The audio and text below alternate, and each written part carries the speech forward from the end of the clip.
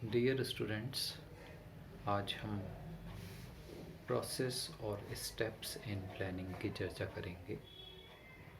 Planning करने के लिए हमें क्या कदम उठाने चाहिए या क्या किया जाना चाहिए या इसकी प्रक्रिया क्या है, इसकी चर्चा आज हम करेंगे। किसी भी उद्देश्य को पूरा करने के लिए जो नियोजन किया जाता है उसकी एक आदर्श प्रक्रिया या इसके चरण, इनके स्टेप्स और प्रोसेस इन प्लानिंग इस प्रकार हो सकते हैं। पहला, उद्देश्यों का निर्धारण करना। सबसे पहले किसी संस्था के द्वारा अपने उद्देश्यों का निर्धारण किया जाता है। उद्देश्य वे बिंदु होते हैं जो हमें अंतिम लक्ष्य तक पहुंचने के लिए निरंतर प्रेरणा देते हैं और इसीलिए उद्देश्यों को काफ़ी सोच विचार कर परिस्थितियों, टेक्नोलॉजी, हमारी रिसोर्सेस को ध्यान में रखते हुए सुनिश्चित किया जाना चाहिए। उद्देश्य स्पष्ट एवं विस्तृत होने चाहिए ताकि इन्हें प्राप्त करने के लिए सही दिशा में उचित कदम उठाए जा सकें। उद्देश्यों के निर्धारण के बाद दूसरा बिंदु आता है संबंधित सूचनाओं की जानकारी प्राप्त करना। अर्थात इन उद्देश्यों की प्राप्ति के लिए हमें विभिन्न प्रकार के सूचनाओं की जानकारी प्राप्त करनी होती है जो सेकेंडरी डेटा बेस्ड हो सकती है, यानी कि अब तक विभिन्न क्षेत्रों में जो कोई भी कार्रवाइयाँ हुई उनके डेटा को, उन सूचनाओं को हम प्राप्त करें। इसके बाद तीसरे पॉइंट में सूचनाओं का वर्गीकरण एवं विश्लेषण करना। अर्थात जो सूचनाएं हमने एकत्र करी उन सूचनाओं का क्लासिफिकेशन और एनालिसिस हमें करना होगा कि जो सूचनाएं प्राप्त की गई उनमें से कौन सी हमारे काम की हैं और कौन सी काम की नहीं। हो सकता है कि हमने 100 सूचनाएं एकत्र की तो इसमें से 40 हमारे काम की हो, 60 काम की नहीं। तो वर्गीकरण एवं विश्लेषण में आवश्यक सूचनाओं की छंटनी कर दी जाती है। इसके बाद चौथा पॉइंट आता है नियोजन की मान्यताओं का निर्धारण करना। प्लानिंग प्रेमाइसिस या नियोजन की मान्यताओं का अर्थ किसी कार्य को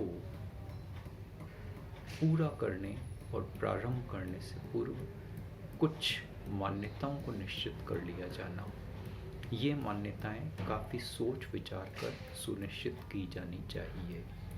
उदाहरण के लिए कॉस्ट ऑफ रॉ मटेरियल में आने वाले 1 साल, 2 साल या 3 साल में कितनी वृद्धि हो सकती है, इसका अनुमान लगा करके पहले से ही हमें निश्चित करना होगा कि कॉस्ट में किस तरह से वृद्धि होगी। इसी तरह से इलेक्ट्रिसिटी या टेक्नोलॉजी में किस प्रकार के परिवर्तन होंगे, इसका भी हमें पहले से ही अनुमान लगाना होगा। इन्हीं चीज़ों को हम नियोजन की मान्यताओं के नाम से जानते हैं। इसके बाद है विभिन्न विकल्पों की खोज करना। अर्थात अपने लक्ष्य को प्राप्त करने के लिए हमें कौन कौन से रास्ते उपलब्ध हैं इसकी जानकारी प्राप्त करना। जैसे हमें यहाँ से दिल्ली के लिए जाना है तो दिल्ली हम किस तरह से जा सकते हैं, by road, by train, by air traffic. और इसके बाद में ये देखना होगा कि इनमें से कौन सा सूटेबल रास्ता है जो हमारे लिए उपयुक्त होगा। विकल्पों की खोज करने के बाद में उनका मूल्यांकन किया जाना कि जो विकल्प हमारे पास में उपलब्ध हैं, जिनकी जानकारी हमें मिली, उसमें से सर्वश्रेष्ठ विकल्प कौन सा होगा। जैसे हमें दिल्ली जाना है, अगर हमारे आसपास 100-200 किलोमीटर तक भी कोई एयरपोर्ट नहीं है तो ऐसी स्थिति में एयर ट्रैफिक के माध्यम से या एयरवेज के माध्यम से दिल्ली जाने का विकल्प स्वतः समाप्त हो जाएगा। इसी प्रकार बाई रोड अगर हमें जाना है तो बाई रोड जाने के लिए कई विकल्प हो सकते हैं। अपना ओन ट्रांसपोर्ट व्हीकल होगा या कोई प्राइवेट व्हीकल होगा या पब्लिक ट्रांसपोर्ट व्हीकल होगा, इनके माध्यम से हमें तय करना होगा कि हम कैसे सर्वश्रेष्ठ विकल्प का चुनाव करें। इसके बाद में सहायक योजनाओं का निर्माण करना।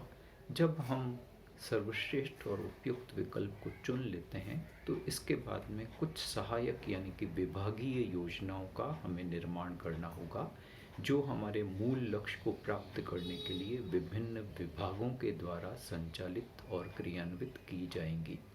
इसके बाद में है क्रियान्वयन में सहयोग प्राप्त करना, अर्थात संस्था के विभिन्न विभागों में कार्यरत विभिन्न व्यक्तियों को योजनाओं की संपूर्ण जानकारी दी जाए, उनसे सलाह मशवरा किया जाए, जिससे योजना को प्रभावी रूप से क्रियान्वित किया जा सके।